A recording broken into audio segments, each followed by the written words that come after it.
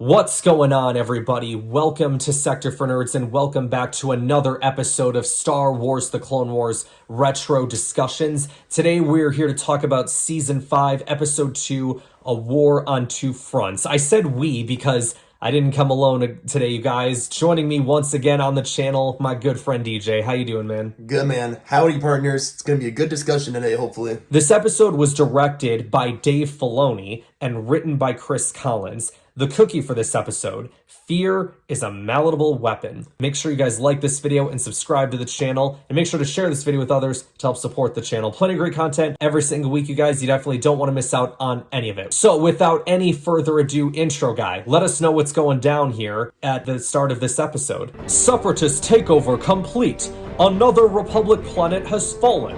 Onderon has seceded to the Confederacy of Independent Systems under the rule of a new king. However, a small band of rebels have taken refuge deep within the vast and savage wilderness. From an abandoned outpost, they plot to take back the heavily fortified capital city of Isis and end the Separatist occupation. Thank you, intro guy. Man, that seems like a lot of words for him there. He was kind of like stumbling there a little bit, you saw.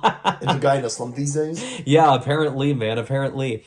But yeah, man, this is one of my favorite arcs, not just of this season, but of the entire show. I love this Onderon arc. Bro, it's such a great arc all around. Like, considering the fact we didn't have a lot of Jedi in this arc per se, and like fighting and all that leading, it was really good. Yeah, this is the episode where we get, like, the most Jedi, and then from there, it's kind of just all about this rebel group. And it's really interesting, because it kind of shows, like, I guess sort of, like, the early formation of what the original trilogy rebellion would become. Yeah, especially with some people that we are going to introduce later on, like the early growing seeds of them. Yeah, so we start out this episode with, like, a hologram, and the one guy we don't recognize, but there is one guy that we do, and that's Lux Bonteri. Lux. I love that guy. Yeah, Lux was a great character. I was a big fan of his. Adi Gullia is still alive, even though she was just killed in the last episode. But that is because Clone Wars. We talked about it last week's episode, but they told the episodes out of order, and that is why she is here. Yeah, I was gonna say, like, she's still alive in the Jedi Council, even though Maul totally, Savage. It was Savage that did it, yeah. Yeah. Anakin puts together this plan of, like, yeah, we're gonna put together this, like, little rebel group here. We can divide the Separatist forces on two fronts, right? Like, the Republic can be on the front lines doing their thing there, and then we've got these rebel groups working behind the scenes to take out other targets to help us out. Good plan, I thought. Yeah, I thought so too. Now, Obi-Wan's perspective is like, it felt like, oh, we're dealing with terrorists here, and you're helping support terrorist groups or whatever, and it's like, whoa, these are rebels here. So it's like, but it is an interesting set of philosophies, right? Like, there is two sides to this. Yeah, there are, and it's just, another foreshadowing of, like, dark side, Anakin going to the dark side, too.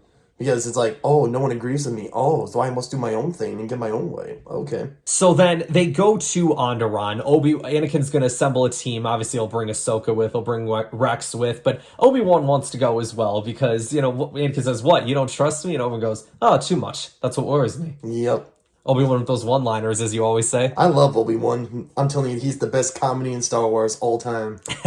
So they get to Onderon, and they're introduced to this girl named Steela, and she takes them to their camp. Well, not surprising. When they introduce her, I'm like, yep, she's going to be a big part in this arc. Well, and that's the thing about this arc, and a couple of the other arcs in this season, is we're introducing a lot of new characters and making these arcs about them.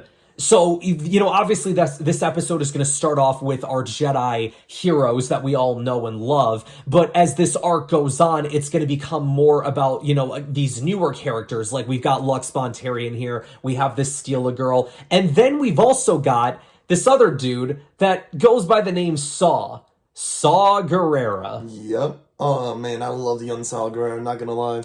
It is so interesting because I was actually just telling DJ before we hit live, or before we clicked record here today, but like, this is the introduction of Saw Gerrera in Star Wars. It is. And I don't think any of us could have predicted at that time that this dude was going to become like such a crucial part of like the rebellion era, like right before A New Hope. Who would have thought that he would have had a big part in Clone Wars leading into A New Hope? Yeah, into like that Disney era, right? Where they had Rogue One, they brought him in there. They put him like in Jedi Fallen Order for a little bit, right? As like a part of that story. They had him in Rebels. They put him in Andor. Like they put him in all these different projects. Do they put Forrest Whitaker as Saw Gerrera in? So I did not watch Andor season 2, all of it. How do you look? Oh, we're not getting into that now, dude. We're not making this about Andor. No, you can go watch my Andor videos if you want to do that. I sure will, man. Yeah, I'm done talking about that show. I'm not wasting my breath on it anymore. Anyway, Anakin starts giving him the little tutorial, right? Because he's like, well, you know, you guys, you may be the leader, you may be the leader. Well, right now, we're in charge, so there's much to learn here. He's like, look, the Separatists, we're going to show you how to defeat them, how to go about your war, whatever. And Obi-Wan goes, now, just so we're all clear here, we are not here to fight your war for you. We are here to rather show you how to conduct it in the most efficient way possible. Which is very key. It felt very, and we'll get into this in a little bit, it felt very much like Qui-Gon's philosophy in A New Hope when he's talking with Queen Amidala, right? Like, I can only protect you. I can't fight a war for you. Yep. He learned from Qui-Gon a bit in episode 1, huh? Yeah, I mean, that is Qui-Gon's apprentice, so surely he would have learned a little something or two from him, for sure. Ahsoka and Lux reunite, because they, you know, the last time that they saw each other, they were kind of separating, right? Remember that scene when it's like, oh, we don't look so evil, do we? No, you don't. Oh, yeah, from season 3, that's right. Yeah, not so bad, am I? That's right, I love that. But you're a separatist. Look, we don't look that bad. Yeah, am I so bad? Yeah, for real, bro. Yeah. So cringy, but it's so funny. It is funny. It's very, very funny. I loved it. Apparently, this is Lux Bontari's home. So I was like, oh, okay, that's news to me. I thought your home was Raxus, but that's I guess what I not. thought because his mom was a senator. That's what I thought, but apparently his mother represented Onderon in the Senate, which is then weird that she's on Raxus, but whatever, we'll look past that. But then, you know, Ahsoka's like, well, what matters now is we need each other's help, just like we did on Karlak, which is the place where they had the Death Watch encounter and everything. Good episode. And Steela kind of picks up on the fact that there's something going on here between these two. Yep, and I wonder if she was going to be like, are they dating or do they have history? You know?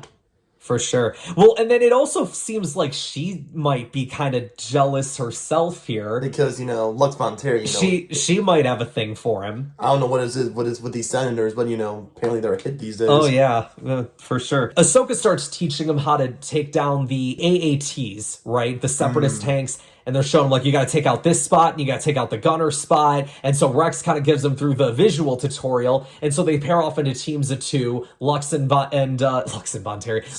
Saw go first. Doesn't work out well for him. Well, no surprise, it's Saw Gerrera. Saw was a hothead, I remember, and Lux is like, oh, because you were such a hothead, we couldn't get it done. You're not a team player or whatever. They weren't a team, pretty much. Well, and then he also didn't like that Lux, like, he kind of looked at Lux as just like this senator, right? Like, you shouldn't be here. Like, you're just, you know, this isn't the Senate. This isn't delegating. This is the freaking front lines. And even Lux is pointing out, though, like, bro, it's going to take a lot more than just muscle to defeat the Separatists. And then Steela is, like, sitting there trying to play peacekeeper between the two of them because, I mean, clearly it seems like Steela does care about both of these guys. Yeah. Now, to what extent, we don't know yet, and we don't know any of the characters' relations, but we do see, like, she kind of punches Saw at the beginning. Some might take that as a little flirty. Again, taking the other stuff that comes later out of context, right? So you never know. Yeah, you don't know necessarily. Right, so it was kind of like one of those, like, okay, well, clearly there's, like, a big, like, love triangle or love square, if you will, going on here. Oh, gosh, yep. The droids, they hear about an unscheduled ship arriving in a certain location. The rebels might be operating in that area, so they send a probe droid after them. Oh, the probe droids. They're learning how to take down the destroyers. Now, we get some interesting lore on the destroyers here, DJ. I wrote down the quote that Anakin says when he's teaching them about these destroyers. He says, what the shields don't stop or slow are stationary objects. They're designed to absorb them so nothing hinders their movement. That's just something I never would have picked up on, but, like, oh, that's a nice little tidbit to learn about destroyers. Yeah, I was going to say, like, why can't we, you know, take them head on, you know, not run away, like, oh, crap, they're here. Why not, like, attack them like that? Well, they also have those shields as well, right? So it makes it challenging, but that's why they say, like, if you could just, you know, kind of lightly tap those grenades in there like they were training, you could do it. So they start training, right? And Saw's like, I got this, throws one out there. Doesn't work. Nope. So then Ahsoka hands one to Lux. This is one of my favorite scenes in the whole episode. Lux throws it in, like, very gently or whatever, and Ahsoka just looks at him and goes, nice touch. And Lux is just like, thanks. And Ahsoka just has, like, this big smile on her face. Like, you know, obviously she's happy to see her man again. So cheesy, man. But, so cheesy. But here was the best part. The best part of this scene was everybody else's reactions to that moment. Because Obi-Wan, if you look at Obi-Wan, Obi-Wan's rolling his eyes. They cut to Lux and Steela. Steela looks at Lux with jealousy. And then when they cut to Ahsoka smiling, Anakin has this look at, like, this smile on his face, like, huh, I see what's going on here. Oh my gosh. Like, seriously, Obi-Wan's like, not again. I dealt with this with Anakin. Now I have to deal with this with him. I wonder if he was just like, I'm getting too old for this crap. So then Steela tries to toss it in, but it doesn't work. And Obi-Wan notices that she gets frustrated, right? He says, be careful of your frustration. It will only hold you back.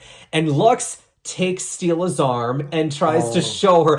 Lux right there, man. Come on. You knew what you had to have been doing right there, man. Come on. Right in front of Ahsoka, right after she just got done giving you this big, happy smile. Like, come on, man. He's playing the field, man. Yeah, he is 100% playing the field, dude. And Ahsoka just, like, eyes have widened at this point, like, oh, great. And then when they talk about forming off into teams of two, Ahsoka's gonna go up to talk with Lux, and he walks away with Steela, and she's left there heartbroken. Yeah, I feel for Ahsoka, but at the same time, it's like, remember what Obi-Wan said in episode 2, never trust a senator.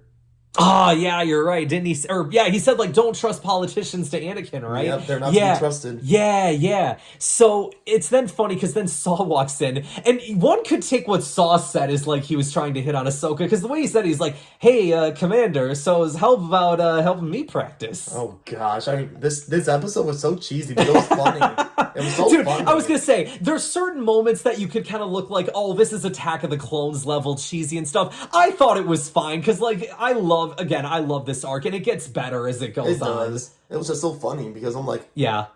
Am I watching a flirting scene or am I watching training here? Yeah. There's a lot going on. There's a lot going on, for sure. Ahsoka sees that Steela is getting frustrated, and she just walks off, right? Like, forget it. I'm never gonna learn this. And Ahsoka's like, all right, let me go talk with her. She's like, look, you're gonna get this, right? Like, I wouldn't let this get you down. And she's like, look, I'm not letting this get me down, but I just know what I'm good at. And she's holding a sniper rifle. So it's like, okay, that's her strength. She's a sniper. Yep. They start the sniping scene, right? Like, they show Steela training with the sniper, and Anakin's super impressed, like, most impressive. And Ahsoka's like, all right, fixed targets are one thing. How about this? And she starts moving around with the Force, and she just kind of, like, very depressingly goes, nice job. Because she knows, like, Lux is going to compliment Steela and everything, right? Well, they're going to get handsy, Yeah. So then Steela's looking to take another shot, but wait a minute. What's that out in the forest there? What's walking toward us right now? It's a bunch of droids. The droids found him. They're attacking. And they're like, all right, training's over. Fight now. Yep. And Anakin says, I'll take the left flank, Obi-Wan, you take the right. And Obi-Wan says that line, we're talking about before from Phantom Menace. We can only protect them. We cannot fight this war for them.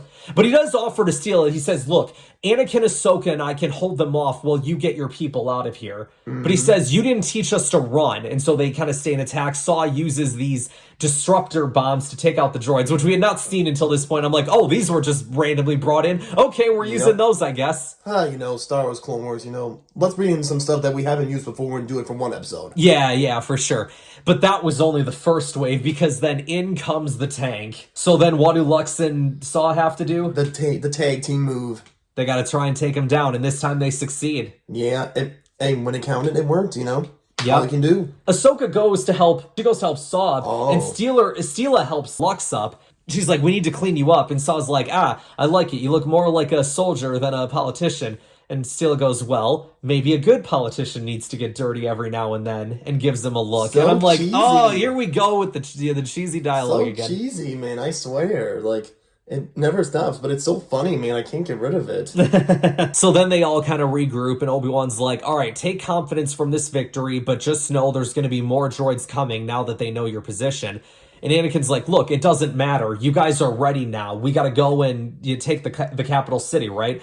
So Saw does bring up a good point as well, like, these droids are a lot dumber than I thought they would be. But Ahsoka brings up the good point of they make up for it with their numbers. They're designed to overwhelm. But what they're not designed for is to deal with our approach, is what Anakin says. So they need a plan to get inside the city. Lux has an idea. I feel like it was a very, I feel like they got into the city pretty easily. Well, honestly, you know, you would think for a separatist city they'd be more, you know, locked down, you know, more strict. But I think, again, it goes back to what Saw said about the droids being dumb, right? Oh, they're very dumb. They play themselves off as hunters, right? And they have to bring their food in time for dinner. That's all there is to it. Yeah, and then they're like, oh, go through. They're so dumb, you could literally do a Jedi mind trick on them.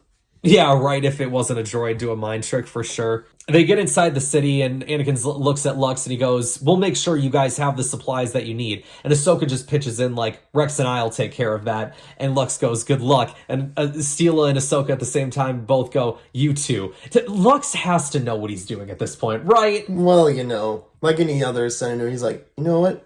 I'm just gonna play the field and see what happens. Yeah, like, come on. Like, he knows how Ahsoka feels about him. And I'm sure he knows that Steela probably feels a similar way. Or if not, he might have, like, at least some feelings for Steela. You never know. But again, there's, like, this huge love. Like, in the middle of this war, they call this episode a war on two fronts. I think it's two fronts of, like... Two girls. Well, I was saying the war of...